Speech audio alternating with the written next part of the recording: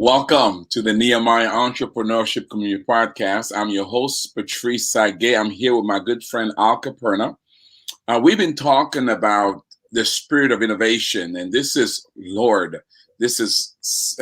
almost 10 series down the line. We're not done, actually. Al, I'm sorry to say this, but we've got we've got 1, 2, 3, 4, 5. We got about 7 more left. I'm trying to get some content here. And we've been dealing with the spirit of innovation, and we've been dealing with different aspects of innovation. It's part of a book that we're working on that we'll be publishing, authored by Al Caperna, about his journey in building what I believe is one of the most innovative kingdom companies in terms of what they've been able to do. Some products that most of us don't know it came from a kingdom company. And so today we're going to deal with competitive advantage. We're going to deal with how does innovation enhance or help one's competitive advantage. Before we get to that, though, Al, we were talking earlier that you recently discovered that you had a heart incident. Right. Well, brother, first of all, I'm sorry. Welcome back. Tell us, what is a heart incident? Well, Patrice, what I found out, the difference between a heart attack and a heart incident is a heart attack, you've got permanent heart damage from the blockage.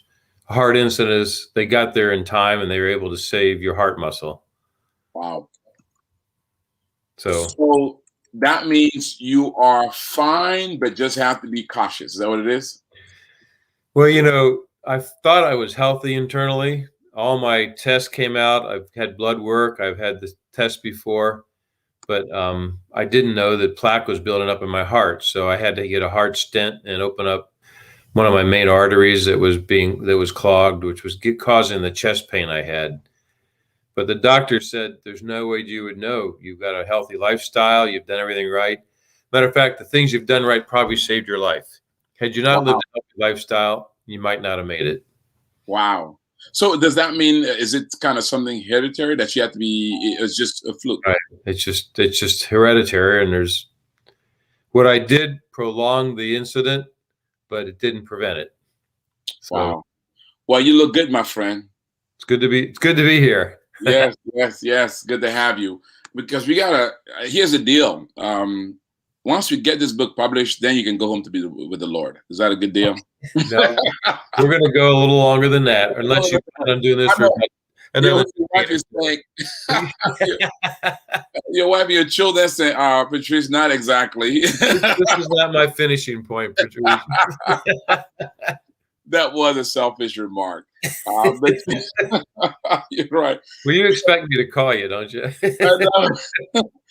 It reminds me of a story. So my daughter was about to she was 14 or 15. She was about to get her driver's license the next day. So I was about to kiss her goodnight, and she said, "Daddy, I'm so excited about getting my license tomorrow." She said, I'm scared to go to bed. I said, "Why?" She said, "I may not wake up."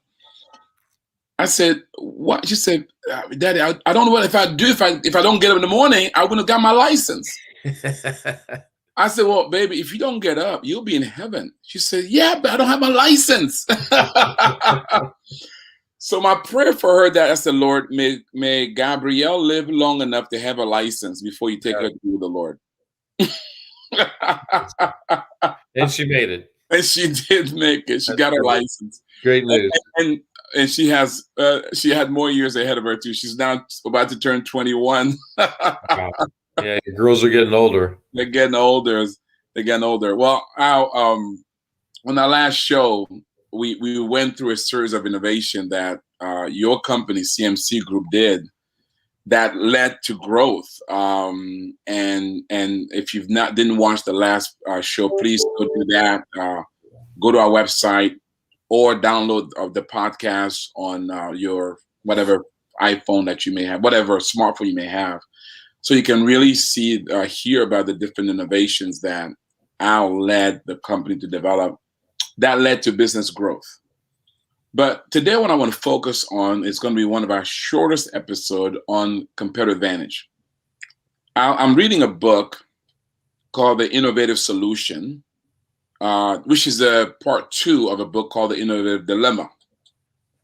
Okay. And it really talks about innovation. And one of the core tenets, the whole heart of innovation, is that a company that's innovative is set apart. It's a competitive advantage. It gives them it positions them better than their counterpart. But for you, though, for you, it wasn't a strategy for competition. It was just who you were. First of all, is that true? I mean, I think for your story, it wasn't like you were setting out to be competitive. You just as an ideas guy. Yeah, I think as much as an idea man is you're looking for those opportunities or those hurts that your customers have, and how do I solve those hurts? So you're just cognitive of those situations in the market. You just see them. When you drive around, when you walk around, you just see, well, we could do that different. You could do that different. You could do that different. And that's just the way your mind works.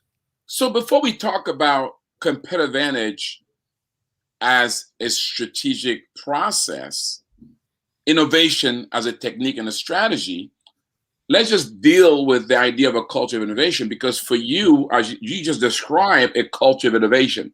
Right. So in a sense, as an entrepreneur, if that's not in me, what you described there, how difficult is it then for me to rise to using innovation as a strategy? Right. It's good. I think it's going to be difficult because for me, Albert Einstein said something interesting. He goes, creativity is intelligence having fun. I think I said this before. And I've kind of always said creativity is really the Holy Spirit having fun. I love it. Holy Spirit is the great creator. There's nothing he can't think of or do or solve or take care of. So I think a lot of innovation, Patrice, comes from just staying in touch with God, going, hey, how can we do this better? How can we do this different? And what I love what you said earlier also is, how can we help people? How can we heal their hurt of our people, right? I mean, that is a key. So I want to give a working definition for competitive advantage, so that we can get a little bit academic, because I want you our listeners to kind of understand where we're heading here. So competitive advantage, it's about essentially what causes you to stand apart from other businesses, your uniqueness, the thing that gives you superiority, the thing that gives you an edge over other businesses that are like yours, that leads you to outperform. And one of the things, again, that we teach entrepreneurs is that you want your competitive advantage to be based upon your unique strength, not borrowed strength. Right. Your unique strength. So let's talk about that, because Al, you just made a point that it's about having fun. It's about playing to doing something that you enjoy. Right. So for you guys, you weren't borrowing strength from external. You were doing it was something that was innate, a part of you. Right. Is that true? That's true. It's just the way you can't almost go anywhere and not see, we could do that different. You could do this different, or what about doing it that way? Or what about this? I think I shared before that, in Proverbs, it says, many are the plans in a man's heart, but the Lord directs his steps. And, God created us to make plans, Patrice, and he created entrepreneurs to come up and do things different than other people who did them.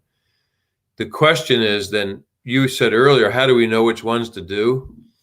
So to make that objective, a lot of people start businesses and can play in a market. They can become part of the market. Few people create businesses where they can win in the market. Mm. And then even fewer create businesses where they can protect that place of winning. So can you play, win, and own? So the question you ask yourself when you have ideas, okay, can I play? Can I win? And then can I own my position in the market? Mm. And when God gives you something that's creative, you're set apart and you can own it. You can own that position. I love it. Play, win, and own. And I've added one other to Patrice. Then you have to ask yourself, what's the size of the prize? Mm. So you might be able to play, win, and own, but there's not a prize at the end of that big enough to make it worth the effort to get there. Mm. So Oh, that's good. play, win, and own, and what's the size of the prize? So does that then mean that there has to be some kind of market analysis to see whether or not it's worth the effort? Right. Wow. Exactly. Wow. So let me talk a bit about, let me give a formula that we use for comparative advantage, and I want to ask you a question around that formula. Okay. So we said, so it's passion plus strength, passion plus strength. So first, it's got to be something that you're passionate about, Right. and it's got to be something that's down to your strength. Right. So before I continue, let me ask you a question. So let's talk passion. So how important was passion to you with your company, and how did you know the things you were passionate about? I don't know if you've taken strength finders, but my number one strength is my sense of responsibility. Mm. So that drives my passion because I feel responsible. Also drove a lot of problems in my life because I feel responsible. But so for me, if I see a problem and I have a solution I'm passionate about, it just drives my passion. That creates the passion. It drives my desire to fix that problem. I want to fix it. I want to solve it. That's just who I am. So you're passionate about problem solving. Right. Now, Right. let me ask you a question. So for somebody who's passionate about problem solving, do you also find yourself looking for problem to solve, even if it's not warranted, meaning the economic doesn't make sense or is not as, because if there's no problem to solve, my assumption would be that you're kind of a little bored. Well, I don't have to look for things because I see them. What I have to do is decide which ones are opportunities and which ones are assignments. Mm.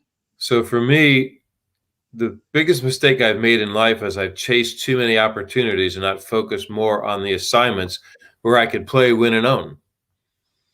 I love it. So here's what I'm gathering here. All right. So you got to then so you got to look at what you're passionate about. And as you try to look at your passion, discover that, then you got to say, okay, what opportunities based on my passion can I play in, win, and own? Right. Let me add another into the formula. Let me add strength or talent. Right. So whatever you're passionate about it. And then now, how did you line it up with your strength or your capabilities? Well, that's where I think the creativity comes in and separating ourselves because, Patrice, I'm, again, in Strength Finders, one of my gifts is connectiveness. So I'm not limited to solving a problem the way other people do because I can bring in areas that don't apply. Mm. And I'm going to bring in solutions a lot of times over here, and I'm going to use them over here where a lot of people haven't done that before. Because I don't have that restriction of it being impossible. I just have that restriction. It hasn't been done yet. I love it. I say that again because I want to make sure your audience catch that because that was intuitive. Say it again. That was not intuitive. Say it again. Said, I don't have that restriction of things being impossible. I have the restriction of it hasn't been done yet. Wow. I mean, you're taking our minds to a place of exponential faith and belief. Yeah. I mean, what problem can't God solve? So how much of that was a factor of how you're wired versus your faith in God, or a combination of both? I think it's a combination. I mean, I was talking to my neighbor the other day and I was helping him fix his lawnmower. And I go, I just love this stuff. He goes, yeah, as a kid, I couldn't put together my bike. I said, as a kid, I had to do all the repairs of my brothers and sisters' bikes because that wasn't my dad's strength. He didn't fix things for me. I just fixed things even as a little kid. I was curious about how things worked. I've always been like that. I'm curious. So there's a DNA factor here. I mean, your dad didn't fix things. Did your mother fix things? Where'd you get that from? I don't know. Wow. Did your grandfather fix things? My grandfather, my one Italian grandfather, he was a builder. So he built his homes and, Okay. he was a concrete man. So he was a builder. Okay. So it kind of came from there. Skip the generation. Yeah. Well, back then, about 80 years ago, you had to make everything. You couldn't go to Home Depot and buy a tool, right? Yeah. Yeah. You Yeah. had, Yeah. you had to come up with some way to make it work. So So, it sounds like going back to the formula on innovation, it sounds like you're both passionate about problem solving, but it's also a talent, a skill of yours. In other words, you are a gifted problem solver. well, talents are something that come from taking. I love this too, Patrice, because I've always prayed about that verse in the Bible: a 1 talent, a 2 talent, a 5 talent person. And I asked God for years. I said, "What's a 2 talent person? How did a 1 talent person become a 2 talent person?" Not a great question. Where did Yeah. the 2 talent person go? I get how a 2 talent became a 5 talent, but how did a 1 talent become a 2 talent? And I believe that happened, Trees, because they used the gifts God gave them and they did something with it. It's Mm. not that someone invested in them. It's they took the initiative to do something what God gave them instead of hiding it. If And you're faithful of a little, God makes you rule over much. That increase comes as a result of faithfulness. but it starts with you taking responsibility for the own strength God has given you. Wow. We talked to Caperna about the spirit of innovation. Today we're dealing with competitive advantage. How do you use innovation to establish a competitive advantage? So we laid a framework for innovation. One thing that Al talked about earlier is that you have to first have a culture innovation because it can't be something that you're pursuing by might. You got to make sure it's part of who you are, your company culture. We're not dealing with the idea of competitive advantage. So it's first as you identify what your competitive got to be, it's got to be something you're passionate about. It's got to be something that you're strong in based on your own innate strength. And then as part of our formula, we also deal with the idea of calling. So one of the things we tell our entrepreneurs is that if you're going to develop a competitive advantage, it's got to be known something that you're passionate about, something you're strong in, but that you're called to. Because we believe from a kingdom perspective, if you're not called into a space, no amount of passion and strength can hold you. Right. Because you'll become transactional very quickly if that space gets very hard. And by the way, it doesn't mean that you will make less money and more money. It's just being transaction means you become greedy, frustrated. You'll want to, overcharge. In other words, you won't have the right heart about it because you can actually make more money by operating a calling. But when we become transactional, you're no longer having fun. So let's talk about that. Do you agree with this idea that truly from a kingdom perspective, competitive advantage, passion, strength, and then calling has to be part of it? It's got to be an area called to. Do you agree with that?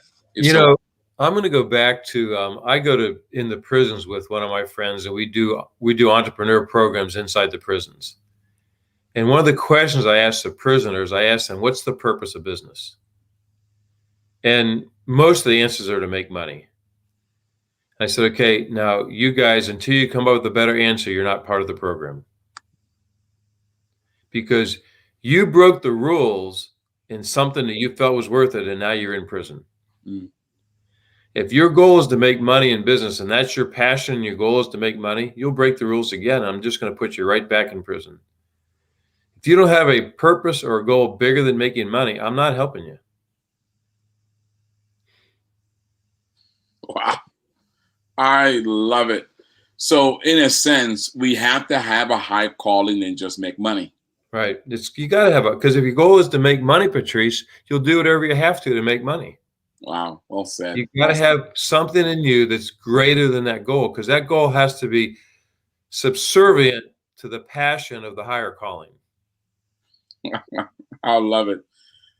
So with that, let me now tie it to scripture, and I'm going to kind of share a few things and then ask you to respond to it based upon your journey and your experience. Again, we're talking about how to help them develop a competitive advantage. I want to read a scripture, 1 Corinthians chapter 9, verse 25, that we use as a foundation scripture when we're dealing with competitive advantage. It really ties to the point you just made.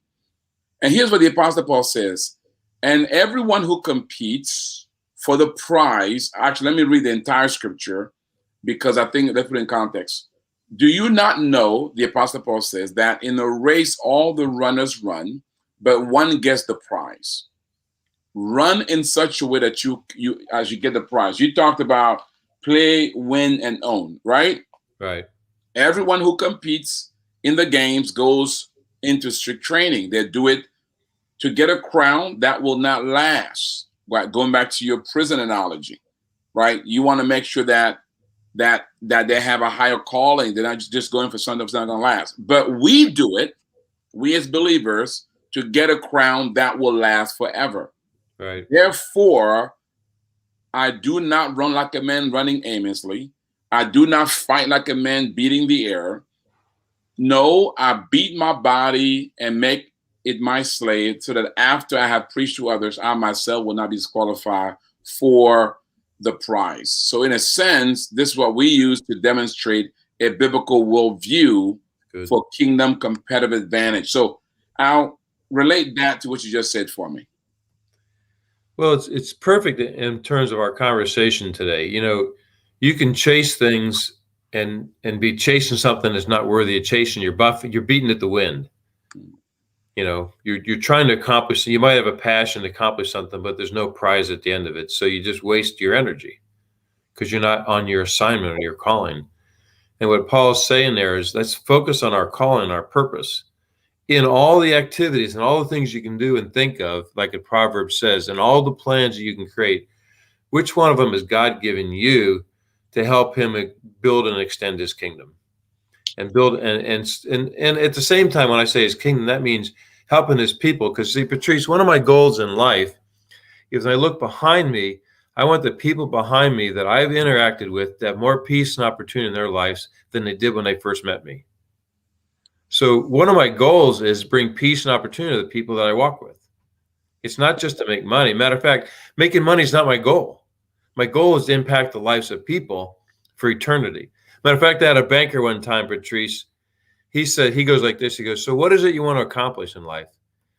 I said, well, be honest with you, it's to change eternity in lives of people that I meet. So my goal is deeper than that. All these things are about me having the opportunity to interact with people so I can impact them for eternity, Patrice, and produce fruit that will last. And all this other stuff is just part of the journey. Wow. And with that level of conviction, you know, passion, strength, calling, that level of conviction in terms of that ultimately it's about what you just pointed out. Do you believe, Al, that puts you in a mindset whereby those solutions, those ideas can even flow even more? Because you're in line with the eternal God. I mean, there's this alignment now. It's like he says, okay, Al is doing my purpose. I want to work through him. I mean, isn't that's not why we do it, but isn't that kind of that's the alignment with eternity? I would hope so. I think the biggest difference, Patrice, is maybe not so much like the gifts and callings of God are irrevocable. The biggest thing is, you know, my prayer, and lately my prayer a lot has been, Lord, let me produce fruit and fruit that will last. And you talked about that verse in Corinthians. So Patrice, in life, we don't want to just produce fruit. We just don't want to do good things. We just don't want to make money. We just don't want to invent things. All those things are integral in us having that interaction with people. See, one of the things that business does, it makes us interdependent. So you wanted to run Nehemiah Ministries, and me being a businessman, there's an interdependency here. That's right. Right? There's a reason for us to get together. Well, business creates interdependence.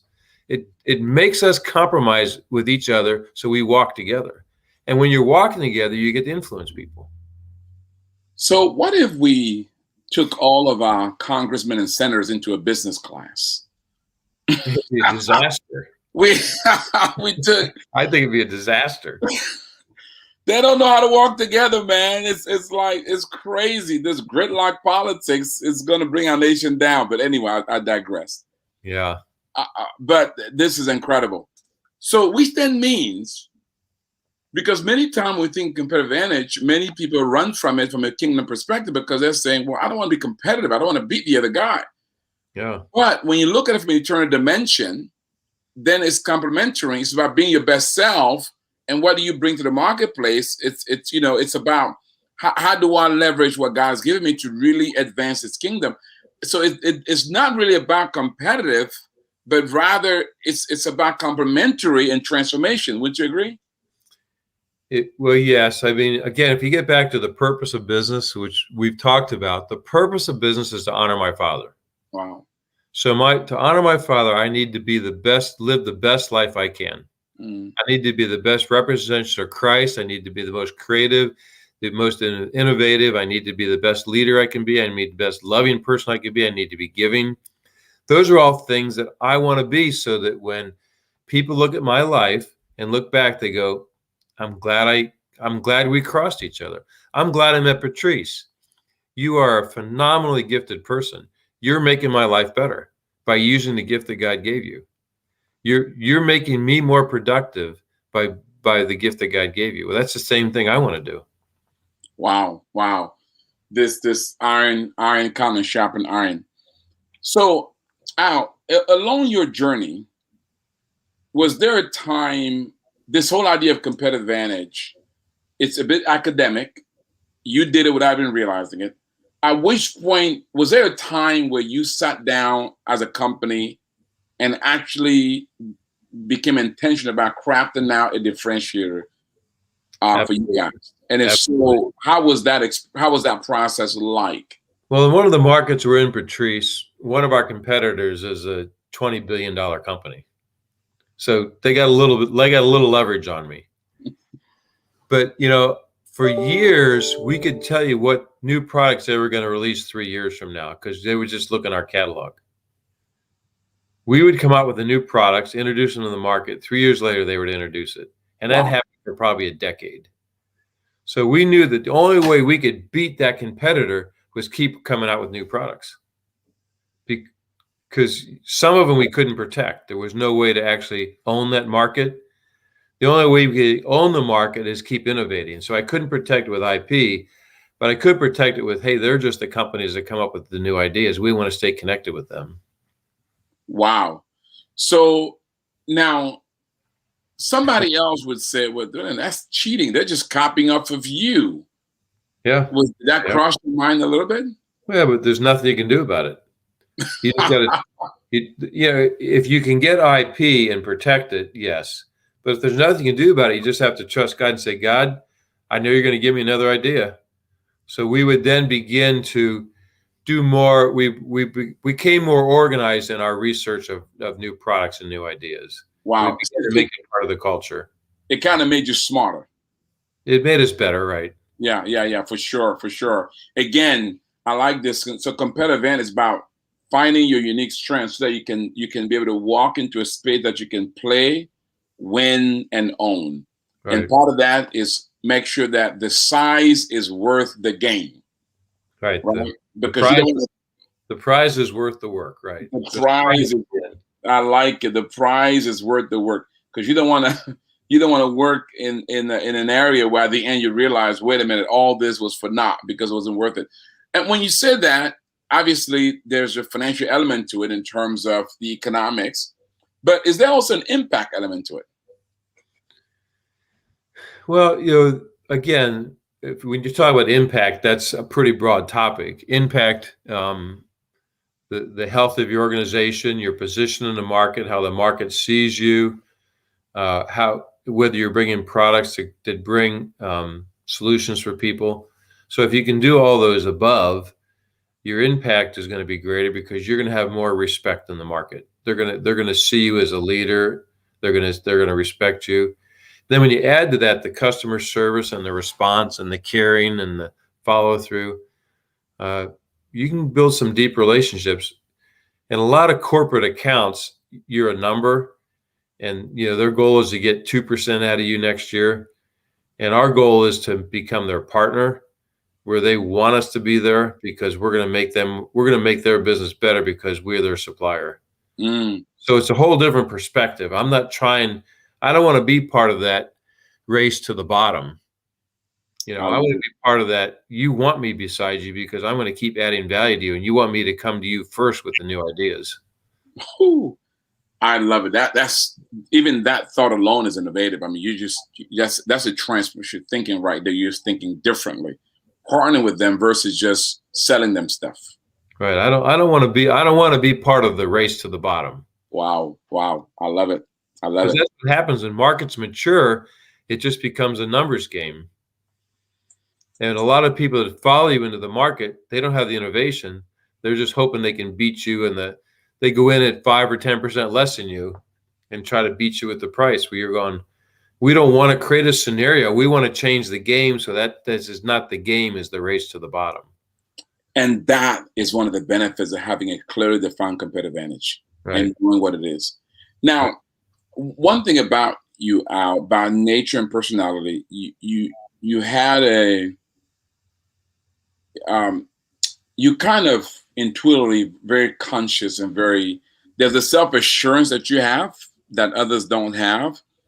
There's a clear awareness of your competence that you have that others don't have. What happens if you're not an Al Caperna? Can this be taught, developed? Can I acquire this thing? Because if I'm trying to create a competitive advantage and I don't have your self-assuredness, what do I do? It's going to be harder, because that self-confidence, or that being comfortable in my own skin, allows me to fail, because you're going to fail a lot. And if you're afraid of failure, when that failure happens, you get too devastated by it and you don't get back in the game. Mm. So it's not so much that I'm all that much better than anybody else. I just sometimes refuse to quit. I mean, there's a heck of a balance, Patrice, between, stop the bleeding because you're not going to get there, and hang on because you're going to get there. You're just not there yet. And that's where the magic is. That's And finding that balance, my friend, is it's work of genius. it's tough. One of my most powerful memories, and my most profitable company right now, Patrice. I woke up at 2 a.m. sweating one time. I started walking. I walked for like an hour and a half. I'm standing in front of this building in the morning, 3:30 in the morning, and I'm telling God, any sane man would quit. Any man with any sense at all would just give up. And I felt like the Holy Spirit say, keep on keeping on. And I went, obviously, we're not communicating. Let's go over this again. And I went through it again with the Lord, and the Lord said, keep on keeping on. Well, I call that business my 14-year startup, Patrice. I love it. It took me 14 years to get that business to a place where it was profitable. But now it's my most profitable business. It goes back to this whole idea of that, the entrepreneurial instinct, right? And of course, for those of our kingdom, we have the Holy Spirit. Right. And trusting that more than your feelings, trusting that more than the market, trusting that more than even advisors, yep. Trusting, having that inner genius. And because you're right. I mean, it is, you get to a place where it doesn't make sense, but something in you says, keep going. Right. And this is where you need to have a wife like yours. That's right. Because the worst thing you want at that moment, is to have a naysayer as a wife. It's Job's wife. I am telling you. Just curse God and die. And by the way, this is the real deal for entrepreneurs, Al. This is what they go through. This is real life. Right. Exactly. Oh, I love it. So this man has been battle tested. So I want to land the plane. So I want to deal with two things. First, as an innovator, when you look out there, what are some companies that have done this well, that you kind of admire, that you like? You know what? They've clearly been able to establish a clear competitive advantage through innovation. 2 or 3 of them, and why would you select them? Just trying to see what Al would select, so our artists can see who else to look, where to glean from. If it's not CMC Group, who's out there that you say, okay, they've done this right, and why? A couple that come to mind real quickly. One is Rubbermaid. Rubbermaid obsoletes, I think at one point when I was following them, they obsoleted all their products every 3 years. So they would keep a product for 3 years and obsolete it. So they had to have a continual innovation process to improve their products, because 3 years from now they were taking that product off the market. Wow. 3M is, hard to beat in terms of innovation as far as I'm concerned. They're just a phenomenal company that's created an environment of innovation. And I'd have to say Google would be one. Google, what they did and how they created that culture in the company, where I think at one point they made everybody take a certain amount of time during the day to do nothing but think. You can't be working. It's a certain part of the day. You have to just take part of the day and think. So, like one of the things I did for years, and I quit doing it, which is kind of sad, but about once a month I would take a Wednesday, and I would just take a Wednesday off, nothing scheduled. And I would just go out in the woods, or I'd go for a walk, or I'd sit by the water and just think and give myself an opportunity to think about something I wasn't thinking about. Wow. You're getting a little bit into our next podcast, which is how to help people develop their own inventions. You're kind of giving us some insight in terms of what are some things that you did that made you so innovative, and we're gonna get a lot more into it. So with that, let's now land the plane. This idea of play, win, own, and the size of the market. So we talked about the play. You got to find something you're passionate about, that you enjoy, and so forth. Win. Talk to us about win. What does that look like? What does that mean? Well, win could be different. I like what one of my advisors told me one time. He said, you don't have to be the lowest cost in the market, but you should be the lowest cost producer. Mm. So part of winning is just being good at what you do. Wow. And then hopefully you position the company so you can actually get a premium for your price. Just because you're the lowest cost producer doesn't mean you have to be the lowest cost in the market. I love it. And I will tie that then. That means you got to operate within the area of your strength, competency. Right. Then you get to own. You dealt with that a bit, dealing with this idea. You brought up two things. One was, okay, there's you've got to look at protecting intellectual property, but then sometimes you can't protect it legally. Remind us again of those two scenarios, and what do you do one or the other? Well, part of it is, how do you change the game? So if the game is the race to the bottom, you got to come up and you got to change the game with your customer. That you got to have your customer decide that something's more valuable than the lower price. So, for example, in some of our markets, it's information. So the product might be a commodity, but the information's not. So how do we create information for our customer that makes their business more valuable? For example, a lot of the customers in retail, the POS data, the point of sale data at the cash register, that's valuable. That became the prize of getting your product through the cash register. Mm. So then who created that? Who played that game? How did that start? So they changed the game because it wasn't so much the product now as the POS data, because it told you immediately what the customers were buying. Wow. I love it. And what I'm also hearing is part of change the game, part of owning it is change the game in such a way that you define it now. Exactly. Right. You define the game, not your competition. Not the competition.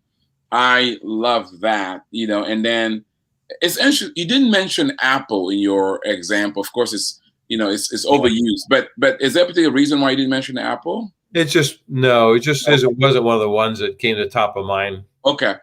And then size is about making sure it's worth the price.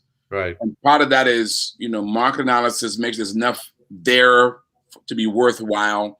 And what I'm thinking also about is the opportunity cost, right? Because, what's the alternative if you don't pursue that particular opportunity? Is it really worth it?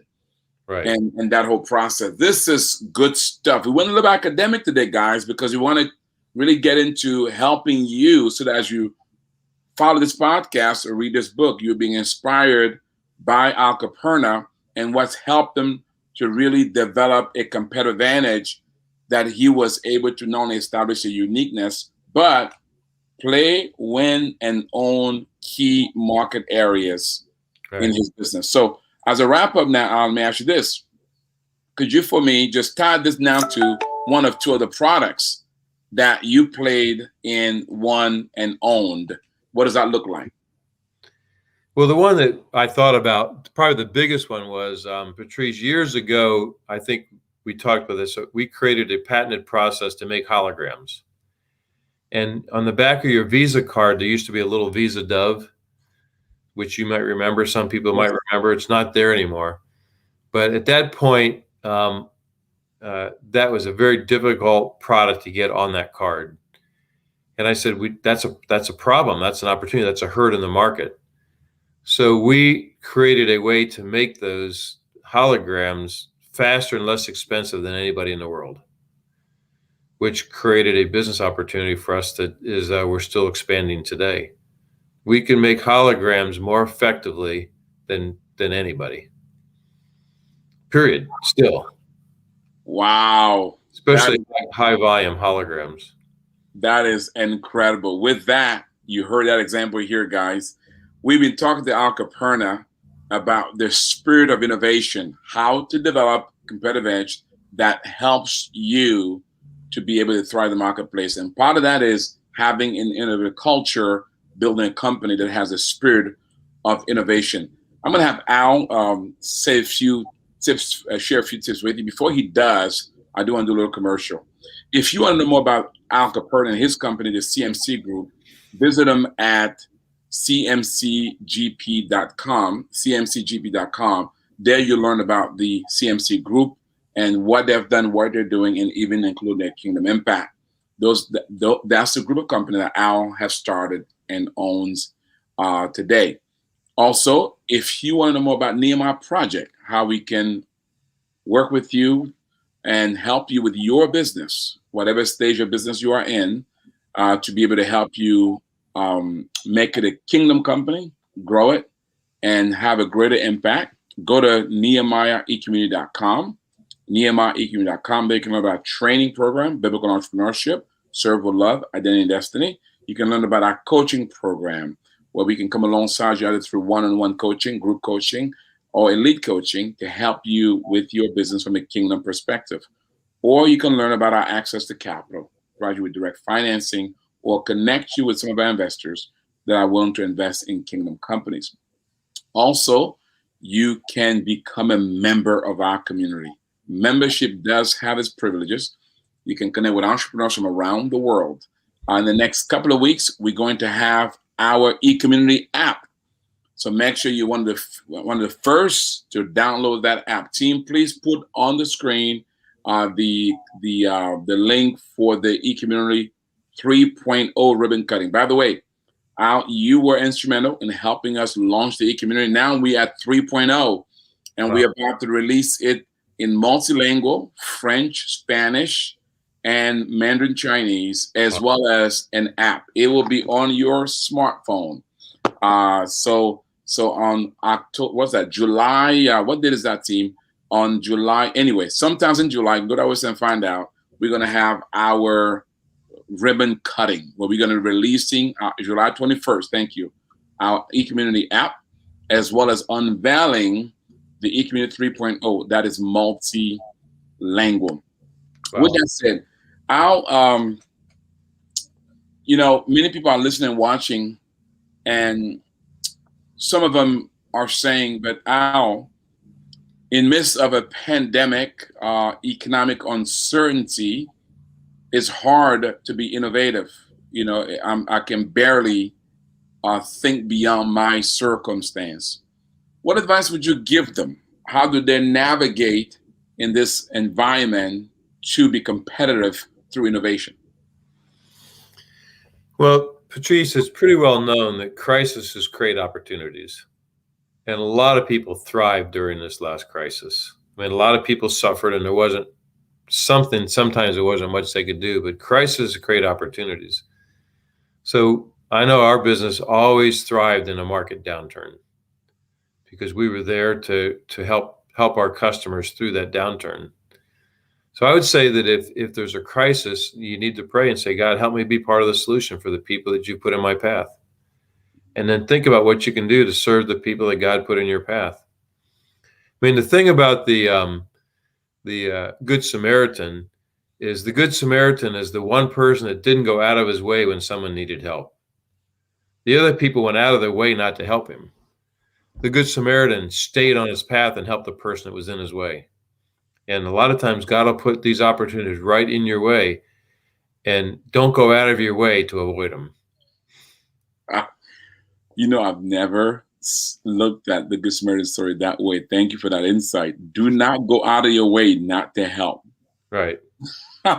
So it requires more efforts not to help than to help. Yeah. Wow, that's good stuff. That is kingdom business. Al, thank you again, my friend. Please thank your wife for us. And we're so glad that it was just heart incident. A heart incident. We are so glad. Good to be back. The kingdom is continuing benefiting for that. Listen, I hope you enjoyed this podcast, and I do want to pray for you. And may the Lord bless you. May the Lord enable you to steward those talents that are under your care. I talked earlier about the fact that the only way for your talent to multiply is that you got to be faithful and steward the ones you already got. Whatever you don't have, whatever you have, do not undermine, do not minimize it. Use it faithfully and watch. God will multiply. Right. And as you steward them faithfully, one day you will hear those wonderful words. Well done, good and faithful servant. You've been faithful over a few things. He'll make you rule over much. God bless you. I'll thank you again, my friend. Thanks, Patrice. Good seeing you, brother. Yes, sir.